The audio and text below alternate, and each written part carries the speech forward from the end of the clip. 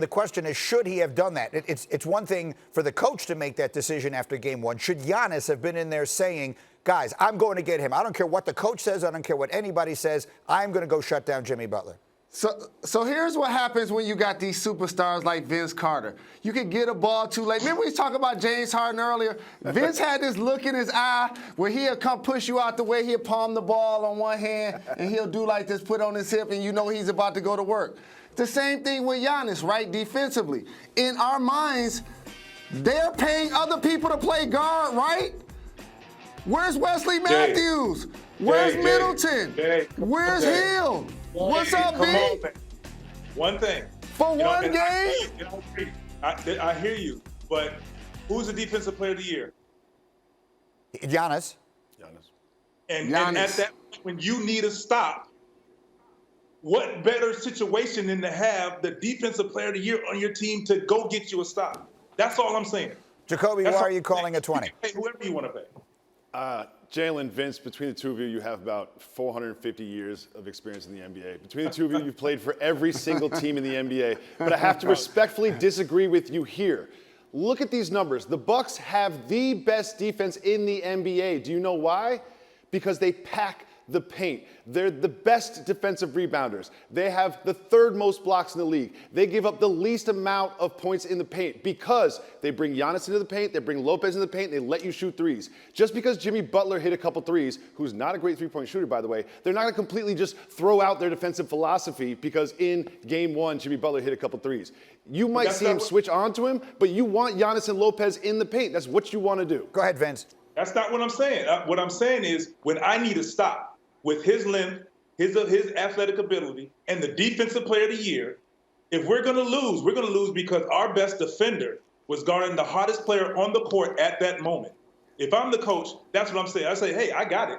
I got you. But a coach's dream is to come in the huddle at the end of a game and your star player or your best defender or your defensive player of the year says, scrap all that. I got him. Because I tell you what, if the situation was flipped around, Giannis has 40 points. Jimmy Butler walks into that huddle and says, I got him. Y'all pack the paint. Lopez, make sure you there, but I got him. I'm sending them to you.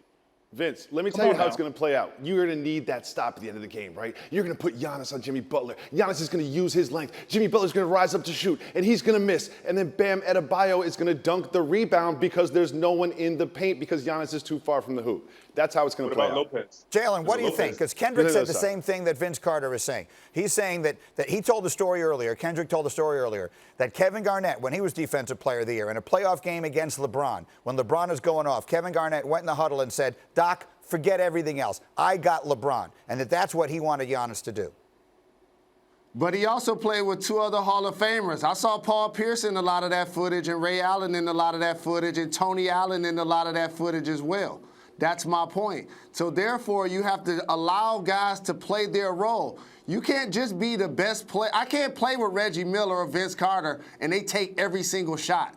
It doesn't work like that. You got to actually trust the guys around you. You got to trust Middleton and Matthews and these guys that they can get a stop. And when you see after game one that they weren't able to do it, now you make an adjustment. You can't do the whole knee-jerk thing and now all of a sudden the guy make a couple of shots and you scrap everything that you've done all year. I want the best player to feel like I want the challenge at all time. Absolutely. But at the same time, it was only game one. I'm not going to pile on Giannis just yet about it. Vince. Yeah, we're not piling on him, but I'm just saying, right now you want the advantage. You're the number one team. Your goal is to win a championship. So I think winning game one sets the bar and precedent of what you're trying to accomplish. So when my team needs it, we're going to look at our superstar. That's just how it is. You know that because, like we're saying right now, if he goes out there and he guarded him, he stopped him, this narrative is a little different. We're talking about the defensive player of the year, went and got the biggest stop of the series so far. Vince, let me ask you one more quick question while I have you, because I haven't had you this week. A lot of people look at this. David Jacoby was on this show predicting that Miami was going to beat Milwaukee. You said that weeks ago. Vince, do you think the Bucks are in trouble with this opponent? I think the Bucks gonna need their others to play well. I think it's a wake-up call. But right now, you've given a Miami Heat team with a lot of confidence in a star player in Jimmy Butler who believes they can go. This man said I'm here on a business trip. That's all you need to know. Nah, family, y'all stay home. I'm on a business trip. They believe they can win the series. And Jalen, quick final thought. Who wins tonight? Game 7, Rockets, CP3, and the Thunder. Who wins? CP. Houston, I'm going with Houston. I'm going with Houston to win that series. I didn't know if you was talking about. I'm going to Houston to win that series. As it relates to the Bucks, I was going to say one more thing. Yeah. So their team has done a terrific job the last couple of years being the #1 seed in the regular season. But I agree with VC.